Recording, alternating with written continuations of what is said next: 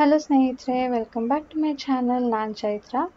ಇವತ್ತು ಸ್ನೇಹಿತರೆ ಕಂಟಿನ್ಯೂಷನ್ ಬ್ಲಾಗನ್ನು ನಿಮ್ಮ ಜೊತೆ ಶೇರ್ ಮಾಡ್ತಾ ಇದ್ದೀನಿ. ಹೋದ ಬ್ಲಾಗ್ ನೋಡಿರ್ತೀರ, ಯಾರು ಬಂದಿದ್ದಾರೆ ನಮ್ಮ ಮನೆಗೆ ಅಂತ ಹೇಳಿಬಿಟ್ಟು. ಸೊ ನೋಡಿಲ್ಲ ಅಂದರೆ ನೋಡಿ. ಸಾನುಗೆ ಬ್ಯಾಡ್ಮಿಂಟನ್ ಟೂರ್ನಮೆಂಟ್ ಇದೆ, ಅದಕ್ಕೆ ಬೇಗನೆ ಹೋಗ್ತಾ ಇದ್ದಾಳೆ. ಆ್ಯಂಡ್ ಇನ್ನು ಮಕ್ಕಳು ಸ್ವಿಮ್ಮಿಂಗ್ ಕ್ಲಾಸ್ಗೆ ಹೋಗಬೇಕು ಅಂದರು. ಸೊ ಸ್ವಿಮ್ಮಿಂಗ್ ಕ್ಲಾಸ್ಗೆ ಅವ್ರು ಹೋಗ್ತಾ ಇದ್ದಾರೆ. ಇಲ್ಲಿ ಟೂರ್ನಮೆಂಟ್ ಇರೋದ್ರಿಂದ ನಾನು ಮಕ್ಕಳು ಇವತ್ತು ಸ್ವಿಮ್ಮಿಂಗ್ ಕ್ಲಾಸ್ಗೆ ಹೋಗಿ ವಾಪಸ್ ಬಂದ್ಬಿಟ್ರು. ಯಾಕೆ ಅಂದರೆ ಅದು ಕ್ಲೋಸ್ ಆಗುತ್ತೆ, ಟೈಮ್ ಆಯಿತು. ಸೊ ನಮಗೂ ಟೂರ್ನಮೆಂಟ್ಗೆ ಬಿಡಿ ಅಂತ ಹೇಳಿದ್ರು. ಸೊ ಅವ್ರು ಹೋಗಿದ್ರು, ಅವ್ರಿಗೆ ಹೇಳಿ ಕಳಿಸಿದ್ದೆ. ಸಾನೋದು ಶುರು ಆಗುತ್ತಲ್ಲ ಆವಾಗ ನನಗೆ ಫೋನ್ ಮಾಡಿ ನಾನು ಬರ್ತೀನಿ, ತುಂಬ ದಿನ ನೋಡಿ ಅಂತ ಹೇಳಿಬಿಟ್ಟು. ಅದಕ್ಕೆ ನಾನು ಕೂಡ 5 ಗಂಟೆ ಅರೌಂಡೇನೋ ಬಂದಿದ್ದೀನಿ. ಸಾನುದು ಶುರುವಾಗಿದೆ. ಈಗ ನೋಡ್ಬೋದು, ನಾನು ತುಂಬಾ ದಿನಗಳಾಗಿತ್ತು ಅಂದರೆ ಅವಳಿಗೆ ಸ್ಟಾರ್ಟಿಂಗಲ್ಲಿ ಸೇರಿಸಿದಾಗ 1 ತಿಂಗಳೇನೋ ಬಂದು ಕುತ್ಕೊಂಡು ನೋಡ್ತಾ ಇದ್ದೆ. ಅದಾದಮೇಲೆ ಅವಳಿಗೆ ಒಬ್ಬಳಿಗೆ ಕಳ್ಸೋದಕ್ಕೆ ಶುರು ಮಾಡಿ 1 ಅವರ್ ಅಲ್ಲೇ ಕುತ್ಕೊಂಡು ಸ್ಪೆಂಡ್ ಮಾಡುವಷ್ಟು ಟೈಮ್ ಇಲ್ಲ ಅಂತ ಹೇಳಿಬಿಟ್ಟು ಅವಾಗಲಿಂದ ನೋಡೇ ಇರಲಿಲ್ಲ. ನಾನು ಬಂದೇ ಇರಲಿಲ್ಲ. ಬಂದ್ರೂ ಅಲ್ಲಿ ಬಿಟ್ಬಿಟ್ಟು ಒಂದು 5 ನಿಮಿಷ ಇದ್ದು ಹೋಗ್ತಾ ಇದ್ವಿ. ಅದಕ್ಕೆ ಇವತ್ತು ಟೂರ್ನಮೆಂಟ್ ಅಲ್ವಾ, ಅವಳಿಗೂ ಒಂಥರ ಆಗುತ್ತೆ ಇದ್ರೆ ಬಂದಿದ್ದೀನಿ. ತುಂಬ ಜನ ಪೇರೆಂಟ್ಸ್ ಬಂದಿದ್ರು. ಇಲ್ಲಿ ಕ್ಲಾಸಲ್ಲಿ ಎಷ್ಟು ಜನ ಮಕ್ಕಳಿದಾರೋ ಅವರೆಲ್ಲರೂ ಕೂಡ ಪಾರ್ಟಿಸಿಪೇಟ್ ಮಾಡಬೇಕಿತ್ತು. ಇನ್ ಹೌಸ್ ಅಂದರೆ ಬೇರೆ ಮಕ್ಕಳೆಲ್ಲ ಏನು ಬರೋದಿಲ್ಲ. ಈ ಸ್ಕೂಲಲ್ಲಿ ಈ ಕ್ಲಾಸಲ್ಲಿ ಯಾರು ಕಲಿತಾರೋ ಅವರೆಲ್ಲ ಕೂಡ ಕ್ಯಾಟಗರಿ ವೈಸ್ ಮಾಡಿ ಆಡಿಸ್ತಾ ಇದ್ದಾರೆ. ಅಂದರೆ ವರ್ಷಕ್ಕೊಂದ್ಸರಿ ಮಾಡಿಸ್ತಾರೆ ಈ ಥರ ಅಂತ ಅನಿಸುತ್ತೆ. ಹೋದ ವರ್ಷದ್ದು ನಿಮಗೆ ನೆನಪಿರಬೇಕು, ನಾನು ಸಾನುಗೆ ಬೈದಿದ್ದೆ, ಇವಳು ಏನು ಸರಿಯಾಗಿ ಕಲಿತಾ ಇಲ್ಲ ರೀ, ಬಿಡಿಸ್ಬಿಡ್ರಿ ಅಂತ ಹೇಳಿಬಿಟ್ಟು. ಸೊ ಅವತ್ತಿನ ದಿನಾನೇ ಅವಳು ಟೂರ್ನಮೆಂಟಲ್ಲಿ ವಿನ್ ಆಗಿ ಬಂದಿದ್ಲು. ಸೊ ಲಾಸ್ಟ್ ಇಯರ್ ನಾವು ಹೋಗಿರ್ಲಿಲ್ವಲ್ಲ, ಈ ವರ್ಷ ಆದರೂ ಹೋಗೋಣ, ಹೇಗೆ ಆಡ್ತಾರೆ ನೋಡೋಣ. ನಾವು ಸಾನು ಕೋರ್ಟಲ್ಲಿ ಬೇರೆ ಮಕ್ಕಳ ಜೊತೆ ಅಂದರೆ ಟ್ರೈನ್ಡ್ ಕಿಡ್ಸ್ ಜೊತೆ ಅವ್ರು ಹೇಗೆ ಆಡ್ತಾಳೆ ಅಂತ ಗೊತ್ತೇ ಇರಲಿಲ್ಲ, ನೋಡೇ ಇರಲಿಲ್ಲ. ಮನೆ ಕಡೆ ಆಡ್ತಾಳೆ, ನಮ್ಮ ಜೊತೆ ಆಡ್ತಾಳೆ, ಬಟ್ ಡಿಫ್ರೆನ್ಸ್ ಇರುತ್ತೆ. ಕೋರ್ಟಲ್ಲಿ ಆಡೋದಕ್ಕೂ ಜಸ್ಟ್ ನಾರ್ಮಲ್ ಆಗಿ ನಾವು ಹೇಗೆ ಮನೆ ಕಡೆ ಆಡ್ತೀವೋ ತುಂಬ ಡಿಫ್ರೆನ್ಸ್ ಇರುತ್ತೆ. ಸೊ ಅದನ್ನು ನೋಡೋಣ ತಡಿ ಅಂದ್ಬಿಟ್ಟು ನಾನು ಕೂಡ ಬಂದಿದ್ದೀನಿ. ಇದು ಫಸ್ಟ್ ರೌಂಡಲ್ಲಿ 21 ಪಾಯಿಂಟ್ಸ್ಗೇನೋ ಆಟ ಆಡಬೇಕು. ಯಾರು ಫಸ್ಟ್ 21 ಪಾಯಿಂಟ್ಸ್ ಮಾಡ್ತಾರೋ ಅವರು ವಿನ್ನು. वन बेटा कंग्रेट्स. अजून एक राउंड है की नाही 3 आणि ಈಗ 1 ಲೆವೆಲ್ ಆಯಿತು, ಇನ್ನು 2 ಲೆವೆಲ್ ಇದೆಯಂತೆ. ನನಗೆ ಅವಳು ವಿನ್ ಆದ್ಲಾ ಅಥವಾ ಸೋತ್ಲಾ ಏನೂ ಗೊತ್ತಾಗಲಿಲ್ಲ. ಯಾಕೆ ಅಂದರೆ ನಾನು ಪಾಯಿಂಟ್ಸ್ಗಳು ಯಾವ ಬೇಸಿಸ್ ಮೇಲೆ ಕೊಡ್ತಾರಲ್ವ ಅವ್ರಿಗೆ, ನನಗೆ ಅದ್ರ ರೂಲ್ಸೇ ಗೊತ್ತಿರಲಿಲ್ಲ. ನಾನು ಅಪ್ಪು ಕೇಳ್ತಾ ಇದ್ದೆಲ್ಲೋ ಅವ್ಳು ವಿನ್ ಆದ್ಲಲ್ವಾ ಅಂದ್ಬಿಟ್ಟು.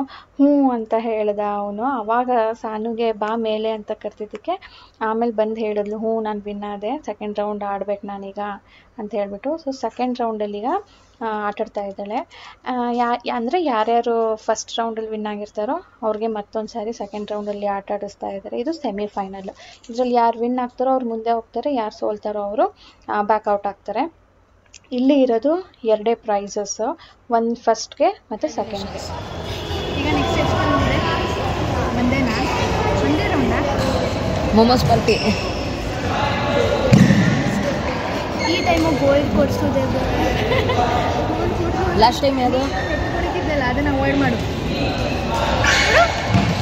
ನೋಡಿ ನಿನಗೆ ಗೊತ್ತು, ಅದು ನೆಟ್ ಕೊಡಿದ್ರೆ ನಿಮ್ಗೆ ಹೋಗೋದಿಲ್ಲ ಅದು ಅಂದ್ಬಿಟ್ಟು ನೆಟ್ಗೆ ಬೀಳ್ತೈತಿ. ಎಷ್ಟು ಸರಿ ಏನು ಮಾಡೋದು. ಈಗ ಫೈನಲ್ ರೌಂಡ್ ನಡೀತಾ ಇದೆ. ಇದರಲ್ಲಿ ನನಗೆ ಸ್ವಲ್ಪ ಅರ್ಥ ಆಗೋದಕ್ಕೆ ಶುರುವಾಯಿತು. ಅಂದರೆ ತುಂಬ ಅಬ್ಸರ್ವ್ ಮಾಡಿದೆ ಕೂತ್ಕೊಂಡು, ಇವ್ರು ಯಾವಾಗ ಏನು ತಪ್ಪು ಮಾಡಿದಾಗ ಪಾಯಿಂಟ್ಸ್ ಕೊಡ್ತಾ ಇದ್ದಾರೆ, ಪಾಯಿಂಟ್ಸ್ ಯಾರಿಗೆ ಹೋಗ್ತಾ ಇದೆ ಅಂತ ಅಬ್ಸರ್ವ್ ಮಾಡಿದ್ಮೇಲೆ ಲಾಸ್ಟ್ ರೌಂಡ್ ಕೂತ್ಕೊಂಡು ಅರ್ಥ ಆಯಿತು ನೋಡಿ.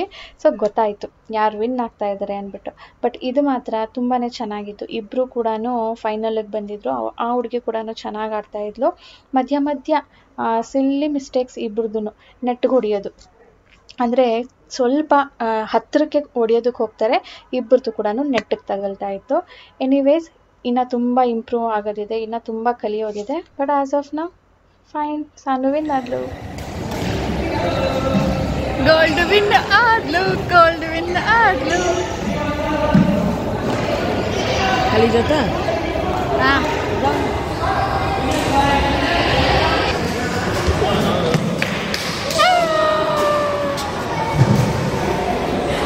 ಕಾಂಗ್ರೆಸ್ ಬಂಗಾರ. ನೆಕ್ಟನೇ ಕಾಂಪಿಟೇಷನ್. ಹೌದಾ, ನಾನು ಎಂತ ಲಾಸ್ಟ್ ಮೂಮೆಂಟಿಗೆ ಬಂದೆ, ಎಂಡಿಂಗ್ ಮೂಮೆಂಟ್. ಅದಕ್ಕೆ ಪುಟ್ಟ ಹೇಳೋದು, ಕಾನ್ಫಿಡೆನ್ಸ್ ಇರಬೇಕು ನಿನ್ನ ಮೇಲೆ, ನಿನಗೆ ಅಂತ. ನೆನ್ನೆ ತಂಗ ನಿನ್ನ ಕಾನ್ಫಿಡೆನ್ಸಾಗೇ ಇರಲಿಲ್ಲ. Okay, very good very good. ಹೇಳಿಲ್ವಾ? ಇವಳು ಇನ್ನೂ ಪಾಯಿಂಟ್ಸ್ ಬರ್ಬೋದಿತ್ತು, ನೆಟ್ಟಿಗೆ ಹೊಡೆದು ಕಳ್ಕೊಳ್ತಾ ಇದ್ವಿ. ಓಕೆ, ಈಗ ಏನಕ್ಕೆ ಮೇಲೆ ಹೋಗ್ಬೇಕು? ಈಗಲೇ ಕೊಡ್ತಾರಾ? ಆಮೇಲೆ ಕೊಡ್ತಾರೆ. ಟೈಮ್ ಸ್ನೇಹಿತರೆ 8:15 ಆಗ್ತಾ ಇದೆ. ಸಾನು ಇನ್ನೂ ಬಂದೇ ಇಲ್ಲ.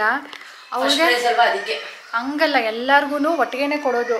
ಅಂದರೆ ಎಲ್ಲ ಕ್ಯಾಟಗರಿ ವೈಸು. ಅವ್ರದ್ದು ಕ್ಯಾಟಗರಿ ಹೇಗೆ ಅಂದರೆ ಅಂಡರ್ 9, ಅಂಡರ್ 11, 13, 15, 18, ಇನ್ನು ಜಾಸ್ತಿ ಏಜ್ ಅವರಿದ್ದರೆ ಅವ್ರದ್ದು ಒಂದು ಕ್ಯಾಟಗರಿ. ಸೊ ಆ ಥರ ಎಲ್ಲರಿಗೂ ಆಡಿಸಿ ಎಲ್ಲರಿಗೂ ಪ್ರೈಸ್ ಕೊಟ್ಟು ಅದಾದಮೇಲೆ ಇನ್ನೂ ಒಂದು ಇವತ್ತು ಸಾನು ವಿನ್ ಆಗಿರೋದಕ್ಕೆ ಎಲ್ಲರಿಗೂ ಟ್ರೀಟ್. ಮೊಮೋಸ್, ಪಿಜ್ಜಾ. ಮೋಮೋಸ್ ಅಂತೂ ಮೊದಲೇ ಇದ್ರ ಮುಂಚೆನೇ ಫಿಕ್ಸ್ ಆಗಿತ್ತು. ಸೊ ಪಿಜ್ಜಾ ವಿನ್ ಆಗಿದ್ದಕ್ಕೆ ಸಾನು ಇವತ್ತು ಪಿಜ್ಜಾ ಪಾರ್ಟಿ ಕಾಯ್ತಾ ಇದ್ದೀವಿ. ಅವ್ರಿನ್ನ ಬಂದೇ ಇಲ್ಲ. 8:35.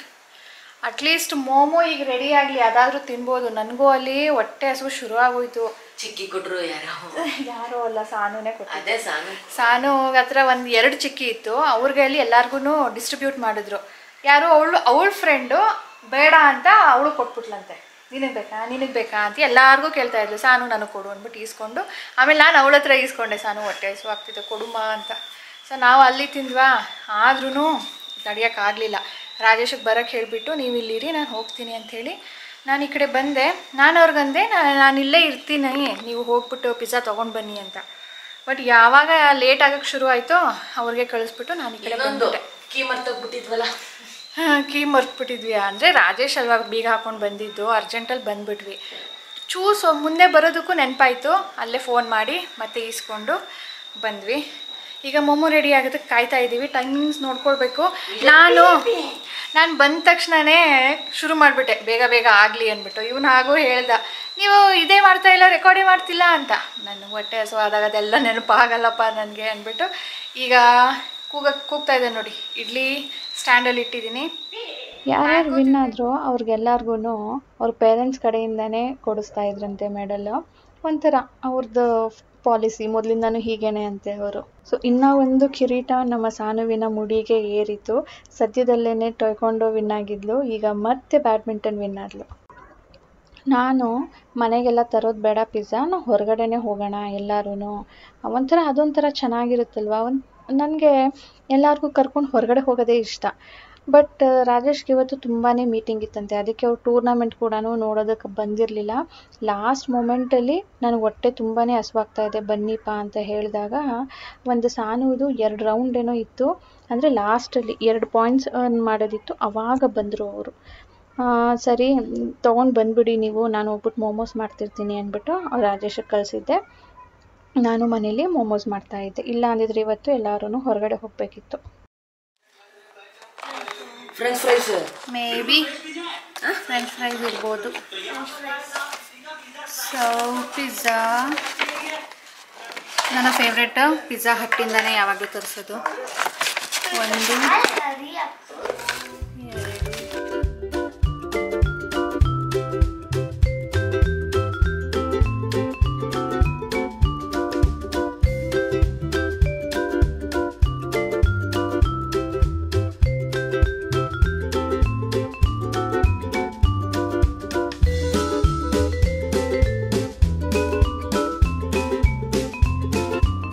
Momos recipe, red chutney, filling ಎಲ್ಲನೂ ಕೂಡ ನಾನು ನಿಮ್ಮ ಜೊತೆ ಲಾಸ್ಟ್ ವ್ಲಾಗಲ್ಲಿ ಶೇರ್ ಮಾಡಿದ್ದೀನಿ. ಅದನ್ನು ನೋಡಿಲ್ಲ ಅಂದರೆ ನೋಡಿ. ಇದನ್ನು ಗೋಧಿ ಹಿಟ್ಟು ಅಥವಾ ಮೈದಾ ಹಿಟ್ಟು ಎರಡರಲ್ಲೂ ಮಾಡ್ಬೋದು. ಅಂದರೆ ನಾನು ಮನೇಲಿ ಯಾವಾಗಲೂ ಗೋಧಿ ಹಿಟ್ಟಲ್ಲೇ ಮಾಡೋದು. ಆದರೆ ಮಕ್ಕಳಿಗೆ ಹೊರಗಡೆ ತಿಂದಾಗ ಹೇಗೆ ಟೇಸ್ಟ್ ಬರಬೇಕಲ್ವ, ಆ ಥರ ಟೇಸ್ಟ್ ಇರಲಿ, ಸುಮ್ಮನೆ ಯಾಕೆ ನಾವು ಬೇರೆ ಚೇಂಜ್ ಮಾಡೋದು ಅಂತ ಹೇಳ್ಬಿಟ್ಟು ನಾನು ಇವತ್ತು ಮೈದಾಲೇ ಮಾಡಿದ್ದು.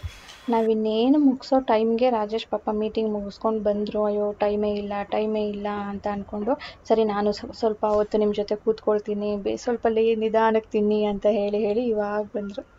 ಮೋಮೋಸ್ ಚಟ್ನಿ ಖಾರ ಆಗಿತ್ತು. ಅಂದರೆ ಅದಕ್ಕೆ ಇನ್ನೂ ಸ್ವಲ್ಪ ಟೊಮ್ಯಾಟೊ ಆ್ಯಡ್ ಮಾಡಬೇಕಿತ್ತು ಅಥವಾ ಮೆಣಸಿನ್ಕಾಯಿನ ಕಡಿಮೆ ಮಾಡಬೇಕಿತ್ತು.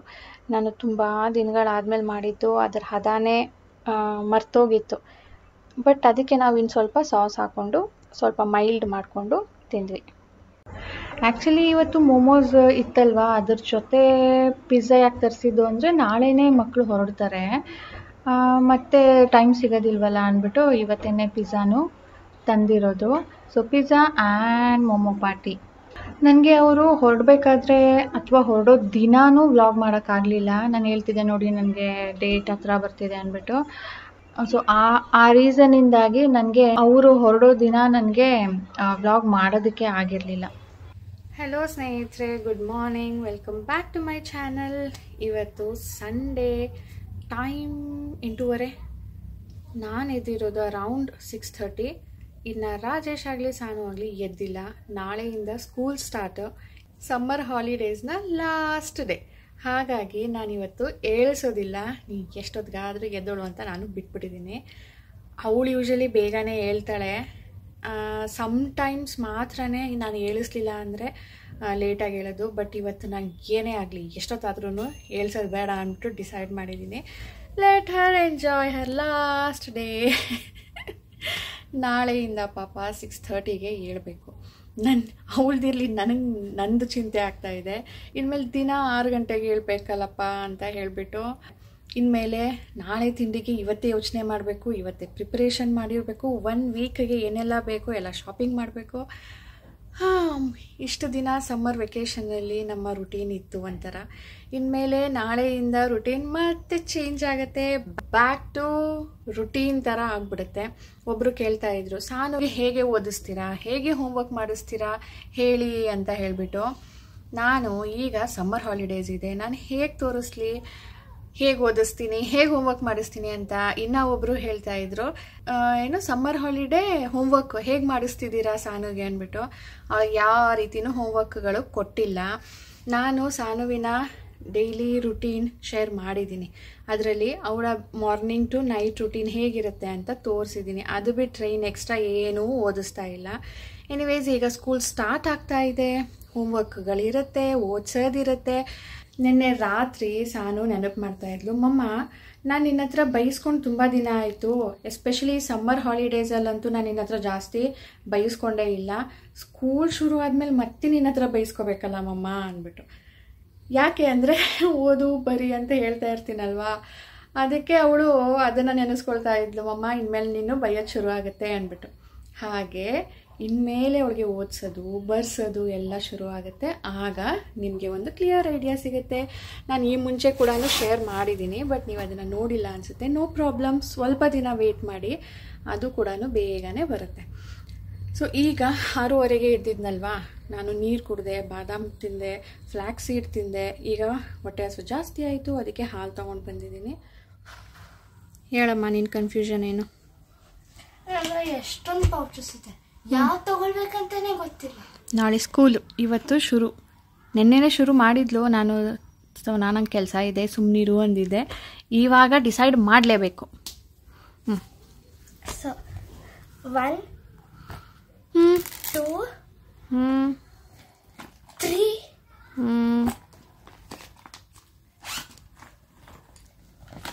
4 2 and 5.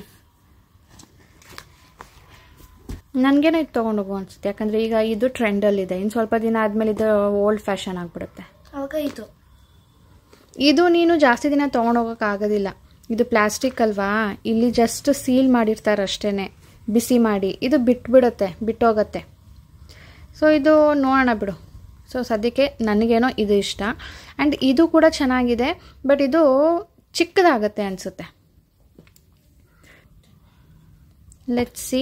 1 ಪೆನ್ನು 1 ಪೆನ್ಸಿಲ್ ಅದು ನೋಡೋಣ. ಸೊ ಸದ್ಯಕ್ಕೆ ಇದನ್ನೇ ತಗೋ. ಅದು ನೋಡೋಣ ಆಫ್ಟರ್ ದಿಸ್. ಎಲ್ಲ ಹಾಕಿಟ್ಕೊಂಡಿದ್ಯೋ?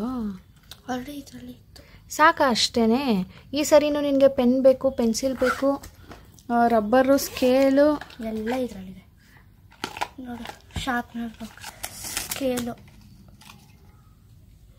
ಇದರಲ್ಲಿ ಎರೇಸರ್ ಇತ್ತು, ಅದು ಪೆನ್ಸಿಲ್ಲು, ಇದು ಪೆನ್ನು, ಎರೇಸರು ನಾನು ತಗೊಳ್ತೀನಿ. ಇದು ಇದರದ್ದು. ಪೆನ್ನಿಗೆ ಸರಿ 2 ತೊಗೊಂಡೋಗ್ಬೇಕು ನೀನು. ಪೆನ್ಸಿಲ್ ಒಂದಿದ್ರೂ ನಡೆಯುತ್ತೆ. ಈ ವರ್ಷದಿಂದ ಸಾನು ಅವರು ಫುಲ್ ಪೆನ್ನಲ್ಲೇ ಬರೆಯೋದು. So confusion got cleared. ಹೋಗಿ ಹಾಕೋಕು. ಏನಂದರೆ ನಾನು ಇದ್ರದ್ದು ಮಾಡಿದ್ದೀನಿ, ಮುಂದೆ ಮತ್ತು ಹಿಂದೆ ಹಾಕೋದಕ್ಕೆ. ಓಕೆನಾ?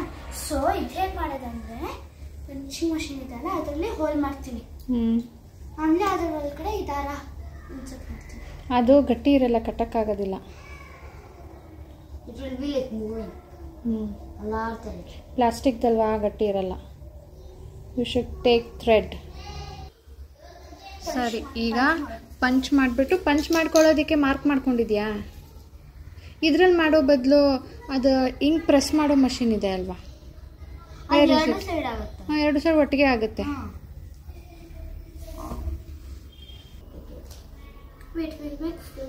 ಕರೆಕ್ಟಾಗಿ ಮಧ್ಯಕ್ಕೆ ಇರಬೇಕು. ಇಲ್ಲ 2 ಇಲ್ಲ 2 ಅಲ್ಲ, ಟೋಟಲಿ 4 ಬೇಕಾ ಸೋನಾ? ಹಾಗಿದ್ರೆ ಆ ಕಡೆನೇ ಇಟ್ಕೊ ಮೊದಲು. ಬಿಡು ಕೈ. ಮಿಡಲ್ ಬಿಟ್ಟು ಈ ಕಡೆ ಇಟ್ಕೊಳ್ಳಿ. ನಾನು ಯೂಶ್ವಲಿ ಏನು ಬುಕ್ಸ್ ಇರುತ್ತಲ್ವ ಲಾಸ್ಟ್ ಇಯರ್ ಯೂಸ್ ಮಾಡಿರೋದು, ಅದರಲ್ಲಿ ಏನು ಯೂಸ್ ಮಾಡದೇ ಇರೋ ಪೇಪರ್ಗಳಿರುತ್ತೆ ಅದನ್ನೆಲ್ಲ ಕಿತ್ಬಿಟ್ಟು ಒಂದು ರಫ್ ಬುಕ್ ಅಂತ ಮಾಡಿ ಕೊಡ್ತಾ ಇದ್ದೆ.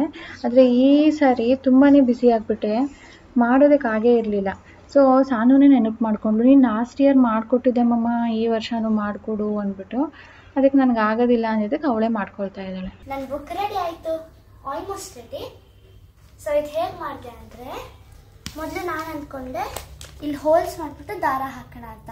ವರ್ಕ್ ಆಗಿಲ್ಲ, ಅದಕ್ಕೆ ಇಲ್ಲಿ 2 ಹೋಲ್ ಮಾಡಿದೆ, ದಾರ ಹಾಕ್ತೆ. ಆದರೆ ಆ ಕಡೆ ಈ ಕಡೆ ಹೋಗ್ತಾ ಇತ್ತು. ಅದಕ್ಕೆ ಅಮ್ಮ ಸ್ಟೇಪಲ್ ಮಾಡೋದಕ್ಕೆ ಹೇಳ್ತು. ಸೊ ಇದು ಲಾಸ್ಟ್ ಇಯರ್ದು ಬುಕ್ಸ್ ಇತ್ತಲ್ವಾ, ಅದರಲ್ಲಿ ಪೇಜಸ್ ಮಿಕ್ಕಿರುತ್ತಲ್ವ, ಆ ಪೇಜಸನ್ನು ಹರ್ಕೊಂಡು ಒಂದು ರಫ್ ಬುಕ್ ಮಾಡ್ಕೊಂಡಿರೋದು. ಆ್ಯಂಡ್ ಈ ಸಾರಿ ರ್ಯಾಪರ್ ಕೂಡ ಸಾನೂನೇ ಹಾಕ್ಕೊಂಡ್ಳು. ನಾನು ಒಂದು 2-3 ಹಾಕಿದೆ. ಬಟ್ ಇವರ ಅಣ್ಣ ಬಂದಿದ್ನಲ್ಲ, ಅವನು ಮತ್ತು ಇವಳು ಸೇರಿಕೊಂಡು ಬೈಂಡಿಂಗ್ ಕೂಡ ಆಯಿತು. ಸೊ ಈಗ ಇದ್ರ ಮೇಲೆ ಡಿಸೈನ್ ಮಾಡ್ತಾಳಂತೆ.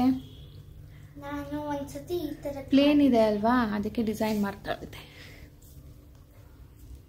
ನಾನು ನಂದು ಒಂದು ಪೇಪರಲ್ಲಿ ತೊಗೊಂಡು ಇದು ಮಾಡಿದ್ದೆ, ಚೆನ್ನಾಗಿ ಬಂದಿತ್ತು. ಇದು ಮತ್ತು ಬೇರೆದು.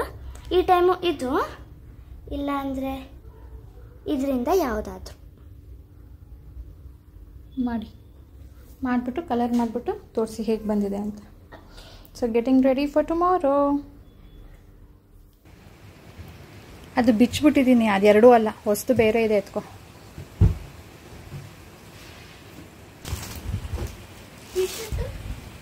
ಬೇರೆ ಕವರಲ್ಲಿ ಏನಾದರೂ ಇದೆಯಾ ನೋಡು.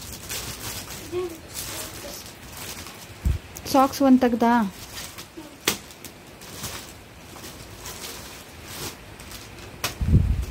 ಪ್ಯಾಕ್ ರೆಡಿ ಮಾಡ್ಕೊ. ಸೊ ನಾಳೆಗೆ ರೆಡಿ ಆಯಿತು ಯೂನಿಫಾರ್ಮು. ಒಂದು ಐರನ್ ಮಾಡಬೇಕು, ಇದೀಗ ಐರನ್ ಮಾಡಿಸ್ತೀನಿ. ಜಾಕೆಟು, ಬ್ಲೂಮರು, ಸ್ಕರ್ಟು, ಒಂದು ಟೈ ಬೆಲ್ಟ್ ಎಲ್ಲನೂ ಕೂಡ ಇಡು ರಜಾ ಇಲ್ಲೇ.